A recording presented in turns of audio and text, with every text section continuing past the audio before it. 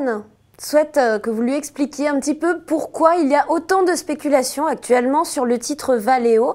Quels sont les scénarios que vous privilégiez concernant ce titre? Alors c'est vrai que le titre de l'équipementier automobile Valeo a été très entouré depuis 2 semaines. Il a littéralement flambé en bourse, ça du genre plus de 7% la semaine dernière en séance, l'une des meilleures performances sur la semaine. Alors, il y a plusieurs choses. Il y a d'abord effectivement un regain de spéculation sur Valeo, puisque nos confrères américains du Wall Street Journal ont évoqué l'hypothèse d'un retrait de la bourse de l'équipementier, mais également d'autres pistes de réflexion pour valoriser l'action. On parle notamment d'une vente d'activité, d'une branche d'activité, d'une fusion avec un concurrent américain. Ce qui est sûr, c'est que la direction de Valeo aurait mandaté 2 banques, Bank of America et Merrill Lynch, pour l'aider à mieux valoriser son cours de bourse. Parce que le patron de Valeo, Jacques Aschenbroich, considère que ce cours de bourse ne reflète pas la vraie valeur. C'est le premier point.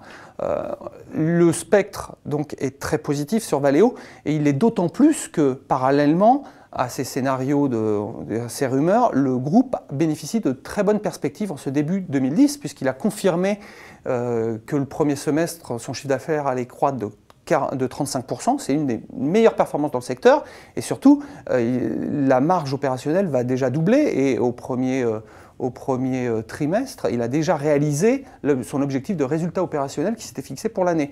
Nous, on est très positif sur le titre, dans une optique évidemment spéculative, compte tenu de ce contexte global. Nous, on préfère jouer d'abord l'amélioration des résultats parce qu'elle est certaine. Et puis, si il se passe quelque chose d'un point de vue stratégique, si une des 2 rumeurs aboutit, alors le titre devra en profiter. Mais là-dessus, il faut rester prudent. Je pense qu'il y a encore beaucoup d'effets d'annonce. Il ne faut pas oublier que chez Valeo, il y a un fonds d'investissement au capital qui s'appelle Pardus. Ce fonds est également actionnaire de Visteon, un équipementier américain. Par le passé, il a essayé de pousser les 2 groupes à une fusion.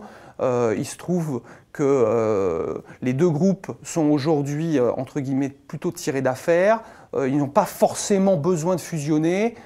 Donc il faut rester très prudent sur ces questions-là.